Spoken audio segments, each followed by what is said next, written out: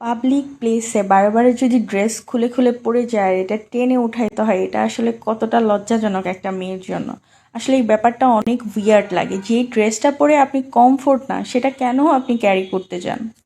অনেক সুন্দর কথা বলছেন আপু। আসলেই আমাদের আনকমফোর্ট ড্রেস পরা উচিত না, কিন্তু আমাদের সাধারণ মানুষের জন্য। ভাই, উনি ওনার কাজের জন্য, ওনার শ্যুটের জন্য ওনাকে ওই ড্রেসটা ক্যারি করতে হয়েছে। আর উনি সাকসেস, এতে আপনার সমস্যা কী?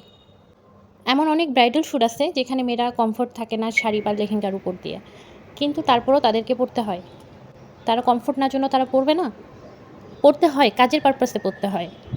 তারা চাইলেই তো তাদের ব্রাইডাল শ্যুট টি-শার্ট আর প্লাজো দিয়ে করতে পারবে না, তাই না? কিন্তু এটাতেই তারা কমফোর্ট। আমরা সাধারণ মেয়েরা যখন ওড়না পরে বাহিরে যাই, ১৯-২০ মনে হলে আমরা ঠিক করি। তাই জন্য কি আমরা ওড়না পরা ছেড়ে দিব? আপনার কথা অনুযায়ী তো তাই মনে হচ্ছে যে আমরা ওড়না রেখে তার পরের দিন বাহিরে যাব। বিষয়টা এমন হয়ে গেছে যে আপনার পিঠে একটা ফুটা আছে।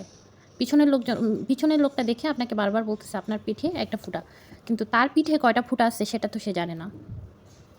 বলতে চাই না, তবে বলতেই হয়, বাধ্য হয়ে বলি।